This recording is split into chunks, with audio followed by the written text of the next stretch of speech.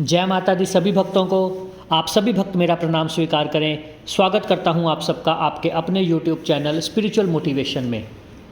आज हम बात करेंगे कि दुनिया का कोई भी बीज मंत्र, चाहे वो वैदिक हो, चाहे वो शाबर मंत्र हो, दुनिया का कोई भी मंत्र, उससे सिद्धि कैसे बनती है और सिद्धि से काम कैसे करवाया जाता है, सिद्धि कैसे प्राप्त की जाती है।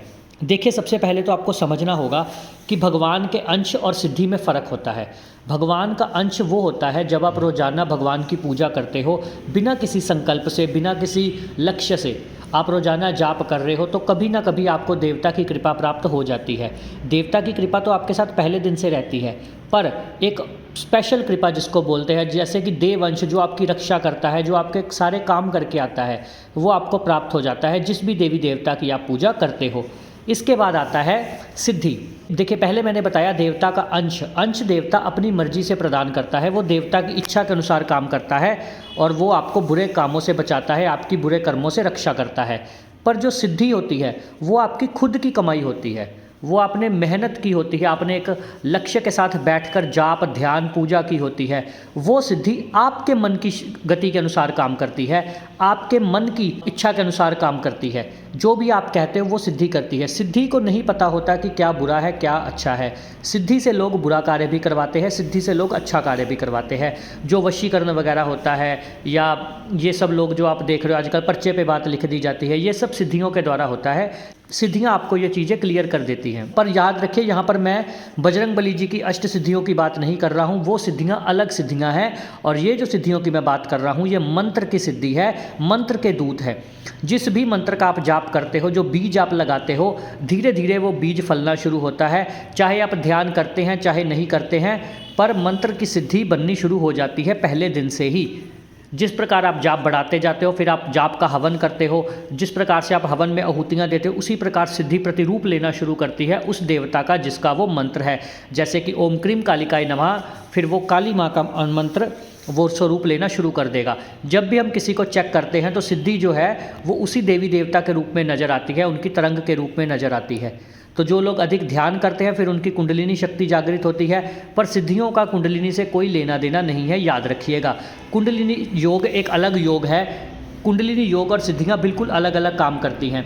सिद्धियों का मेन लक्ष्य होता है आपकी इच्छाओं की पूर्ति करना और आपके मन के मुताबिक काम करना। सिद्धियां आपके काम करने के लिए प्राप्त होती हैं, ये भी आपको देवता के द्वारा ही दी जाती हैं, पर सिद्धियां मेन आप खुद प्राप्त करते हो अपने जप के साथ, अपने तप के साथ। कि सिद्धियां सिद्ध कैसे की जाती है किसी भी मंत्र से, तो अमूमन जो हमें देखा गया है कि किसी भी मंत्र का 1.25 लाख जाप करने पर वो मंत्र खुल जाता है, अनलॉक हो जाता है।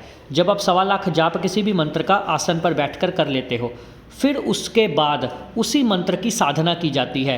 1.25 लाख से पहले किसी भी मंत्र की आपको साधना नहीं करनी चाहिए, ये मेरा अनुभव कहता है। पहले आप उस मंत्र का 1.25 लाख जाप कर लीजिए न्यास और विनियोग करके।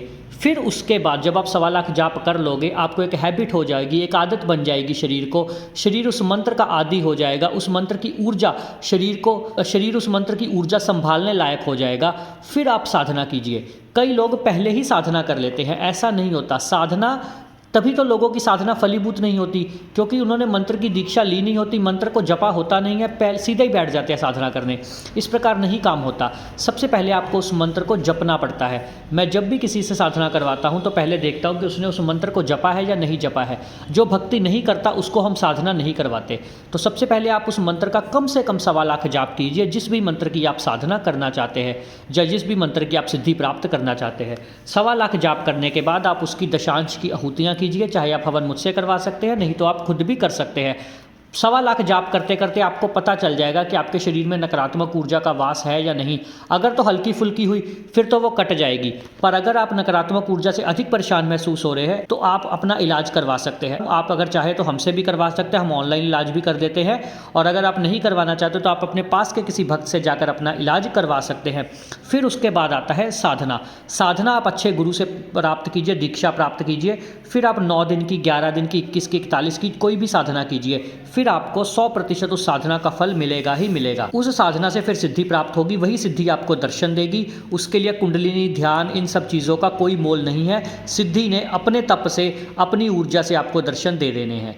फिर उसके बाद आगे चलते हैं हम कि सिद्धि से कार्य कैसे लेते हैं। सिद्धि से कार्य लेने के लिए सिद्धि को शरीर में जगह देनी पड़ती है, चाहे आप अपनी उंगलियों में स्थान दे दीजिए, अपनी जीभ पर स्थान दे दीजिए, अपनी आँखों में स्थान दे दीजिए, हृदय में स्थान दे दीजिए, वो आप अपने गुरु की मदद से कर सकते हैं।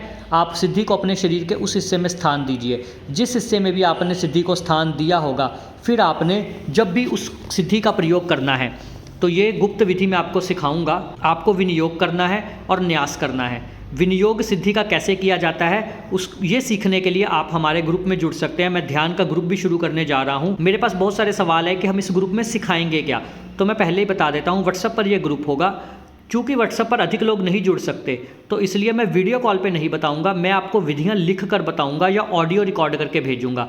फिर आपने उन चीज़ों का ध्यान करना है और जब ज़रूरी लगेगा तो मैं पर्सनली 1-to-1 वीडियो कॉल पे बात भी करूंगा सबके साथ, जो भी लोग पर्सनली गाइडेंस चाहते हैं उसी ग्रुप में।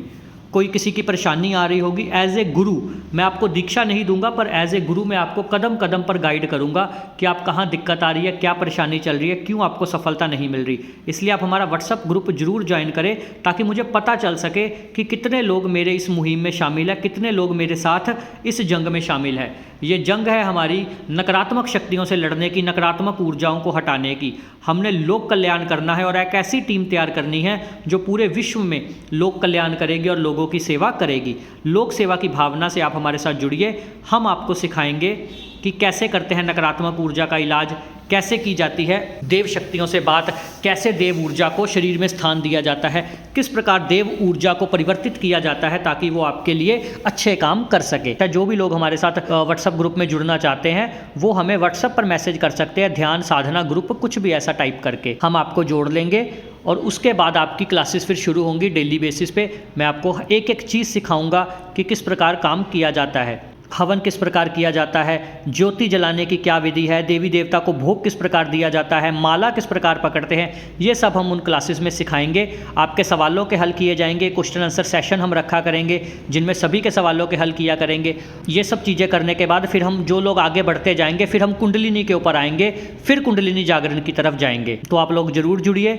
और उसके अंत में बस यही बोलना चाहता हूँ कि अच्छी गाइडेंस में ज़रूर काम कीजिए। बिना गाइडेंस के आप मंत्र या शक्तियों का प्रभाव मत चेक कीजिए। मंत्र की ऊर्जा की परीक्षा मत लीजिए।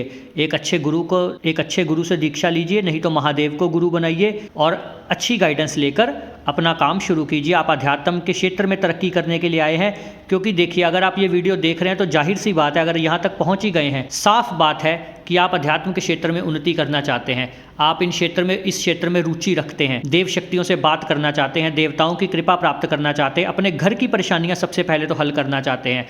तो जो लोग भी, एक बात और मैं बताना चाहता था, मैं पहले भी बता चुका हूं कि जो लोग भी अपनी नकारात्मक ऊर्जा का, पितृ दोष का, देखिए हम 5 तरह से इलाज करते हैं, जो 5 तरह के दोष शरीर को प्रभावित करते हैं। नज़र दोष, देव दोष, पितृ दोष, प्रेत दोष और किसी का श्राप लग जाना, किसी की बद्दुआ लग जानी, किसी सिद्ध का श्राप लग जाना, उन सब चीज़ों का हम हल करते हैं। अगर आप इन सब चीज़ों से पीड़ित हो, आपको लगता है, तो आप अपनी पहले चेकिंग करवा सकते हैं। चेकिंग के कोई खर्चा नहीं है। उसके बाद अगर आपको नकारात्मक ऊर्जा की परेशानी नज़र आती है तो आप अपना हमारे से इलाज करवा सकते हैं। आपको सारी विधि बता दी जाएगी, आप व्हाट्सएप पर हमसे बात कर सकते हैं। तो आप सबके मंगल भविष्य की कामना के साथ जय माता दी, जय माता दी, जय माता दी।